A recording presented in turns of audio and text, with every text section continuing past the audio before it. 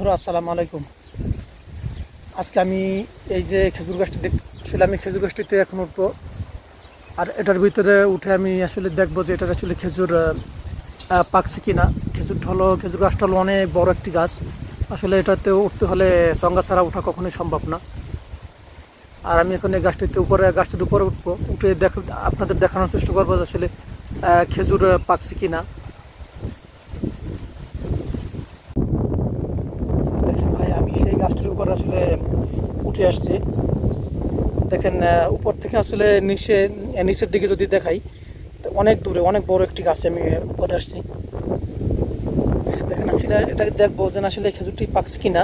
দেখেন এই খেজুরটি মাশাআল্লাহ লাল হয়েছে।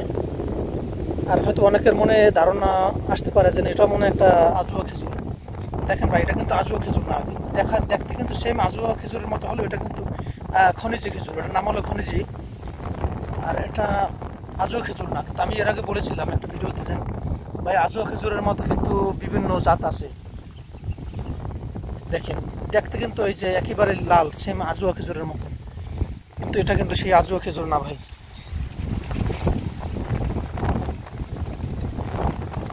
আর আজুয়া খেজুর সেম হবে। আমি এর আগে বলছি যে না, এরকম ধরা যাবে না। যদি একত্রে করি আমি, আসলে ধরাটা খুবই কষ্টকর হবে। দেখেন এই খেজুর কিন্তু এখন খাওয়ার উপযোগী হয়ে গেছে, যে কালারটা আসছে না, খাওয়ার উপযোগী হয়ে গেছে। তো আমি একটু এটাকে আসলে খেয়ে দেখি যদি না। খুবই মিষ্টি, মাশাআল্লাহ অনেক মিষ্টি, খুবই মিষ্টি লাগতেছে।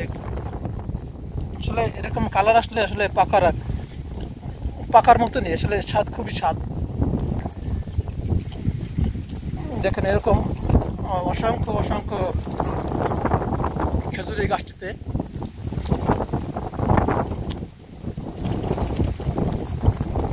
এটা হলো একটা খনিজ খেজুর, মশা থেকে।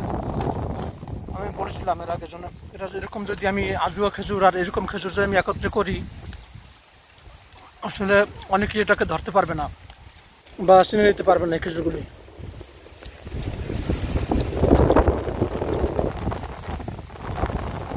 দেখুন আসলে আমি উঠছিলাম, এটা আমার অনেক বাতার মানে আমার আসলে উদ্দেশ্য ছিল খেজুর পাকছে কিনা এটাই দেখার উদ্দেশ্য ছিল।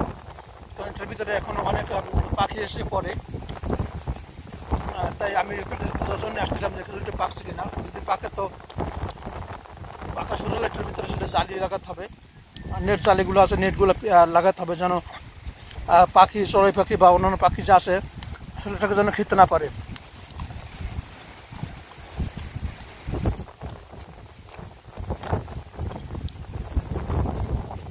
একবার লাল হয়ে আসছে খেজুরগুলি।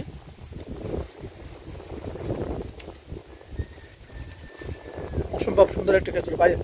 আর এটা আর কিছুদিনের ভিতরে ইনশাল্লাহ পাকা শুরু হবে। পরবর্তী ভিডিওর মাধ্যমে আমি দেখাবো ইনশাল্লাহ যে আসলে পাকার পরে খেজুরগুলো আমরা কীভাবে উঠাই নিই, কীভাবে পাড়তে হয়। সবাই ভালো থাকবেন। আর আমার এই ভিডিওটা যদি ভালো লাগে, লাইক, শেয়ার এবং আমার চ্যানেলটিকে সাবস্ক্রাইব করে আমার পাশে থাকবেন।